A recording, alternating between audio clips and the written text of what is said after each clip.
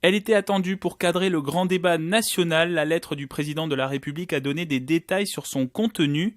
Il se déroulera du 15 janvier au 15 mars avec un rôle essentiel donné aux maires, qualifiés d'intermédiaires légitimes de l'expression des citoyens par le chef de l'État.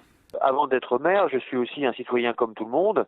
Et à ce titre, j'ai aussi des idées. On le voit aujourd'hui, puisque le président de la République s'appuie sur les maires, et c'est une bonne chose. Si on peut contribuer à faire comprendre à l'État et aux parlementaires que les élus locaux, ou en tout cas que la décentralisation ou le renforcement de leurs compétences est important pour justement faire en sorte de répondre aux problématiques du quotidien de nos habitants, ce sera une très bonne chose. 4 thématiques, fiscalité et dépenses publiques, organisation de l'État, transition écologique et démocratie.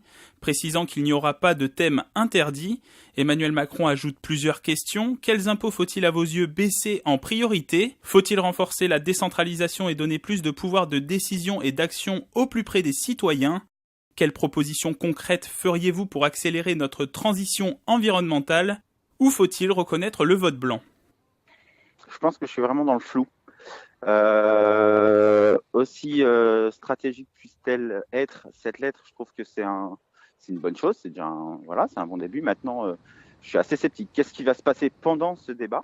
Est-ce qu'on va rester à attendre et ensuite, qu'est-ce qui en sortira ? J'attends de voir. Évidemment, il y a aussi l'urgence, c'est le pouvoir d'achat. Et là, il y a des tas de formes pour augmenter le pouvoir d'achat.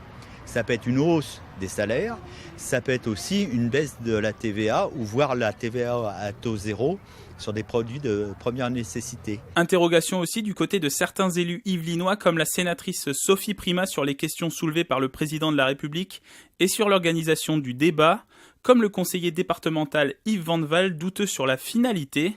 Dans les Yvelines, le préfet a nommé un référent au grand débat. Il s'agit de Vincent Roberti. La préfecture aura un rôle de facilitateur et non d'organisateur.